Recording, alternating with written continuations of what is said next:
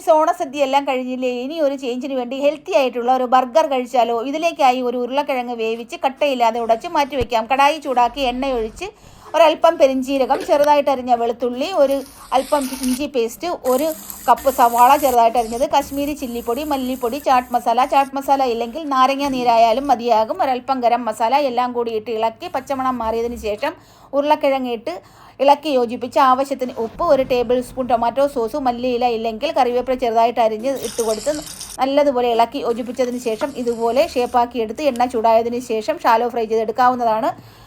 Bun ഇതുപോലെ രണ്ടായിട്ട് cut ചെയ്തതിന് ശേഷം ബട്ടർ ചൂടാക്കിയതിന് ശേഷം വെളുത്ത എള്ള് വിതറി കൊടുത്ത് ഇതിലേക്കിട്ട് ഫ്രൈ ചെയ്തെടുത്തതിന് ശേഷം ടൊമാറ്റോ സോസ്, മയോണൈസ്, ഇതിൻ്റെ മെയിൻ വീഡിയോ ഞാൻ അപ്ലോഡ് ചെയ്തിട്ടുണ്ട്. ഇഷ്ടമുള്ളവർക്ക്, താല്പര്യമുള്ളവർക്ക് പോയി നോക്കാവുന്നതാണ്. വളരെ ടേസ്റ്റിയായ ഈ ബർഗർ ഇഷ്ടപ്പെട്ടെങ്കിൽ ലൈക്ക് അടിക്കാനും സബ്സ്ക്രൈബ് ചെയ്യാനും ഷെയർ ചെയ്യാനും